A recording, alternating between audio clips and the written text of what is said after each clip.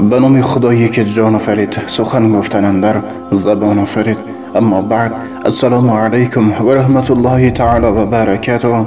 پدران و مادران لقدر و برادران و خواهران اهل اسلام من، بنده امروز با خواهش یک چند برادران و خواهران درباره اون شخصانی که فرزند ندارند و درباره اون شخصانی که وقتی صاحب دختر میشوند، یعنی اون مردایی که صاحب دختر میشوند و بسیار سخنهای غیر شرعی و غیر انسانی میزنند، یک حکایه و یک چند سخن بیان میکنم. و البته اگر در وقت گفتن موعظه مذکور اگر به خطاگی راه دهم، الله تبارک و تعالی مرا مغفرت کند و از همه شمایان معذرت میخواهم. پیش از آنه که حکایه را آغاز میکنم، یک غزلی که شاعر میگه: مشو غمگین اگر دختر بزادی، که در دختر بود پیوسته شادی. بسا دختر که صاحب تاج گردد، به حسنش صد پسر محتاج گردد. بله، امروزها بسیار پدر و مادران به سوی خداوند دعای آن را دارند که آنها خواه دختر باشد خواه پسر، یک فرزند را نصیب گرداند. بسیار از برادران و خواهران در زیر اون نوارهایی که در سامانه یوتیوب میگذاریم میگن برادر مهلت 10 سال است، مهلت 12 سال است که فرزند ندارم. خداوند به چنین پدران مادرانی که صبر جمیل کرده، به نعمت خداوند، به اون داده خداوند صبر کرده شکر میگویند. الهی الله تبارک و تعالی به نیت خیرشان برساند. لیکن هستن اون پدر و مادران، اساسا اون پدرانی بد اخلاقی که وقتی که صاحب دختر میشوند، همسر خود را سخنهای قبیح زده، حتی استغفر الله تا به درجه طلاق میرسند. ای مرد، در خاطر دار دختر تولید کردن یا اینکه پسر تولید کردن این در دست زن نیست. خواه پسر باشد خواه دختر، این نعمت بی‌بهای خداوند است. خواه دختر باشد خواه پسر، این یک سنجش خداوند برای تو بر این مرد هاست. روزی در یک برنامه تلویزیونی یک حضرتی گفت: یک مردی وقتی که صاحب 6 دختر می شود، همسر خود را بسیار لطکوب می کند و این مرتبه دور 7 که حامله دار می شود، وقتی به بیمارخانه می روند، در اونجا میگن که این حامله 7 نیست، دختر است. این مرد عصبی به اونه که بسیار گمراه گشته بود به همسرش میگه: را حتما این را ابارت کن، یعنی که نابودش کن. زن باشد از حساب اونه که بسیار خدا ترس و شکرگزار بود، میگه: یا الله مهربان، شوهر مرا برای راست هدایتش کن. و همون شب این مرد خواب میکند و در خواب میبیند که این مرد به در 1 دوزخ روان است و در 1 دوزخ دختر این مرد میگوید: یا الله، پدری مرا به دوزخ جای نکن. وقتی به در 2 دوزخ روانش میکند، دختر 2 مرد میگه: یا الله، پدری مرا به دوزخ روان نکن. همینطور تا به در 6 دوزخ میره. وقتی که الله میخواد این مرد به دوزخ روان کند، دختر 6 مرد میگه: یا الله، پدری مرا به دوزخ روان نکن. و در همین وقت این مرد بیدار میشد و میگه: استغفر الله العظیم. و به همسرش میگه: ای همسر، خواه پسر باشد خواه دختر، این نعمت خداوند. استغفر الله گویم از همون روز در راه راست قدم میگذارد. و با همین بعد 9 ماه این زن تولید میکند. سبحان الله، دختر نه، پسر بچه سالم و با قوت. برادران، در پیش قدرت خداوند هزاران اسباب های طبی و هزاران تکنیک های زمانوی این دنیا هیچ است، زیرا لا حول ولا قوت الا بالله. خداوند مهربان برای بنده خود نعمت های زیادی را در نقشه گرفته است که فقط خود میداند در کدام ساعت و در کدام دقیقه برای این بندهش این نعمت بی‌بها را عطا کند. برادر، ای مرد، ای بنده خداوند، در خاطر دار، بار دیگر تکرار میکنم که پسر یا اینکه دختر شدن در دست اون زنها نیست. تو شکر آنی که خداوند به تو فرزند نصیب گردانید. بسیار پدر و مادران همیشه در غم فرزندند، زیرا که به آنها فرزند الله تبارک و تعالی نصیب نکرد.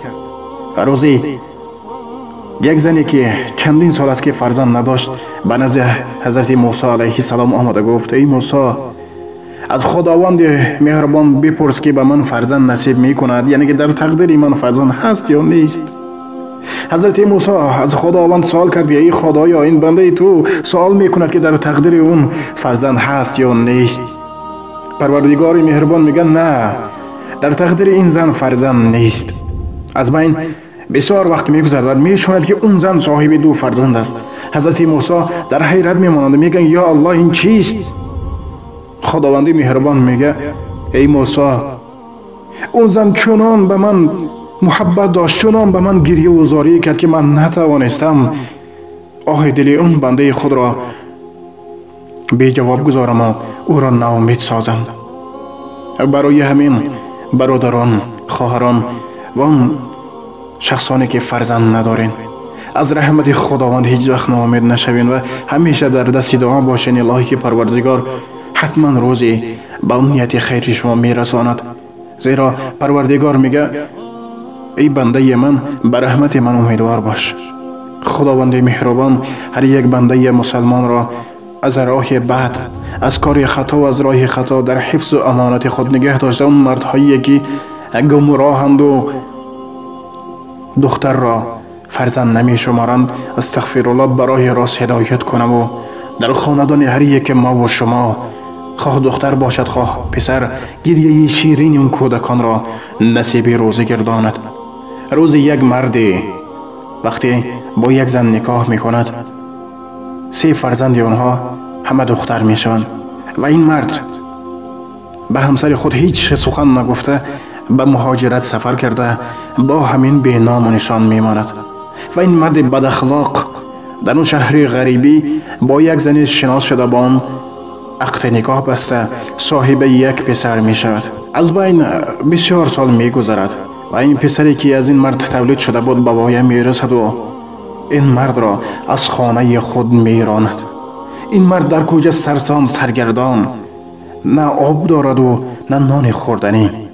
با همین با سری خم با وطن برمی گردد و اون 3 دخترانی که از این مرد بد اخلاق تولید شده بودند، باذن الله تعالی دخترانی بودند که از پیروان سنت پیامبر و شریعت خداوند بوده، تربیت خوبی مادر خود را گرفته، عزت و احترام هر یک انسان را می دانستند و با رضاگی شوهران خود این مرد نابکاری که به قد چنین فرزندان شیرین نمی رسید به خانه خود مهمانی کرده، همچون فرزندوار غمخواری اون پدر را می کردند.